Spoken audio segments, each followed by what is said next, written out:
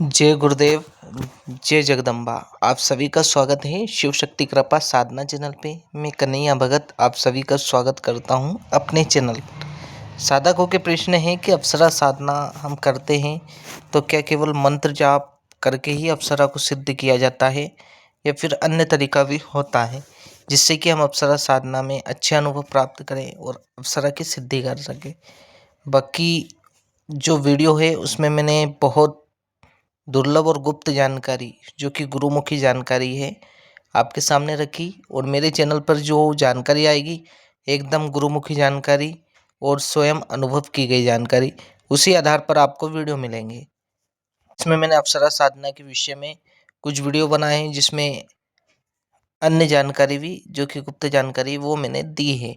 आज जो वीडियो है वो अप्सरा साधना में केवल मंत्र का ही प्रयोग किया जाता है या फिर और भी कुछ अप्सरा साधना में हमें करना होता है। सर्वप्रथम साधना का जो प्रथम नियम है वो संयम धैर्य। आप किसी भी साधना को करते हैं तो आपके अंदर धैर्य और संयम दोनों होना अनिवार्य है। इसके बिना कोई भी साधना सिद्ध नहीं होती। आप ABCD भी नहीं सीख पाएंगे जब तक आपके अंदर धैर्य और संयम नहीं है, तब तक कुछ भी नहीं हो सकता। साधना आप कितना ही मंत्र जाप करो, क्योंकि शक्तियाँ परीक्षा लेती है। आपने अप्सरा का जब मंत्र उठाते हैं, मंत्र का जाप करते हैं, तो उससे पहले आपको करना होता है अप्सरा का आवाहन। जिसको अप्सरा साधना करना है उन्हें अप्सरा की मुद्राएं सीखना होगा। अप्सरा का आह्वान कैसे किया जाता है ये पहले जानकारी होना चाहिए। अप्सरा साधना में सामग्री क्या क्या सामग्री का प्रयोग होता है, हमें कौन सी अप्सरा की साधना कर रहे हैं या करनी चाहिए ये भी आपको पता होना चाहिए। जो मुख्य अप्सरा हैं उनमें से हम अगर किसी अन्य अप्सरा जैसे तिलोत्तमा हो गया, उर्वशी हो गया, दर्शना हो गया, हम किन अप्सरा की साधना कर रहे हैं पहले वो आप क्लियर करें, ताकि आपको पता रहे कि आप एक ही अप्सरा के साथ जाए। ऐसा नहीं कि आपने कभी नाभि दर्शन अप्सरा के मंत्र किया है, कभी अन्य अप्सरा तिलोत्तमा का मंत्र जाप कर रहे हैं, कभी उर्वशी का कर रहे हैं। ऐसा नहीं, केवल आपने चयन कर लिया कि हमें इसी अप्सरा की साधना करना है, इसी की सिद्धि करना है, तो उसी अप्सरा का मंत्र जाप करें। अप्सरा माला जो आपको दी जाती है गुरु द्वारा, अप्सरा माला पर मंत्र जाप करें। आपको बता दिए जाते हैं कि आप कौन सी अप्सरा के लिए कौन से वस्त्र, कौन से फूल, सफ़ेद फूल या लाल फूल या गुलाबी फूल, किस माला का प्रयोग करना है, कौन सा यंत्र है आपके पास, कौन सी अप्सरा का कौन सा यंत्र, ये जानकारी पहले जो नॉर्मल है ये प्राप्त कर ले। उसके बाद अप्सरा की मुद्राएं प्राप्त करें। मुद्राएं कौन कौन सी होती है ये अपने सारी जो जानकारी है वो अपने गुरु से प्राप्त करें। इसके बाद अप्सरा साधना का पूरा प्रोसेस आप अपने गुरु से पता कर ले। मैंने अप्सरा साधना का एक क्रम बताया हूँ, इस क्रम से अगर आप अप्सरा की साधना के लिए जाते हैं तो आप अप्सरा साधना में अच्छे अनुभव कर पाएंगे। प्रत्यक्षीकरण तो आपके तप के ऊपर है, आपकी ऊर्जा के ऊपर है कि आपने इधर कितनी मेहनत की। जो मैंने आपको क्रम दिया उस क्रम में अगर आपने अच्छे से मेहनत की और अप्सरा साधना का आपने एक ही चरण किया 90 दिन का, तो उसमें भी आप अप्सरा साधना को सिद्ध कर सकते हैं। क्योंकि मैंने जो आपको क्रम दिया है वो 1 से 1.5 वर्ष तक आपका चलेगा, और वो आप पूर्ण विश्वास से और सही नियम और संयम के साथ धैर्यपूर्वक अगर करते हैं, विश्वास के साथ, तो अप्सरा साधना को भी आप सिद्ध कर सकते हैं।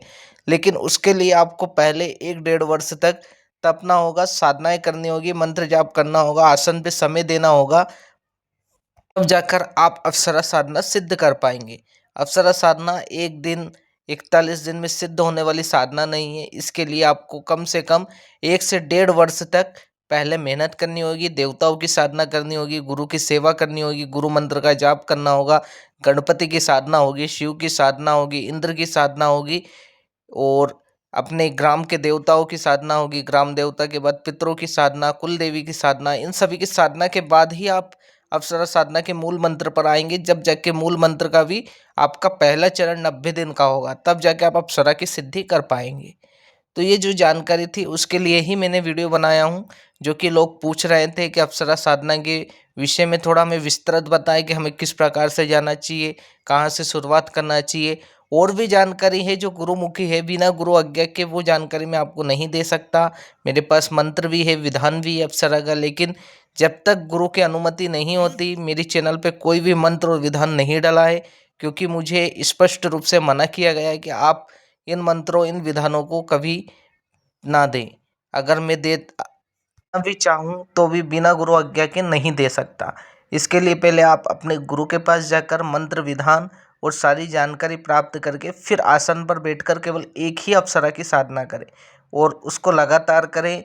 अप्सरा साधना का क्रम भी दे रखा है। अगर 1.5 वर्ष अगर आप इस पे मेहनत करते हैं और फिर अप्सरा साधना करते हैं तो अप्सरा साधना में आप सिद्धि भी प्राप्त कर सकते हैं।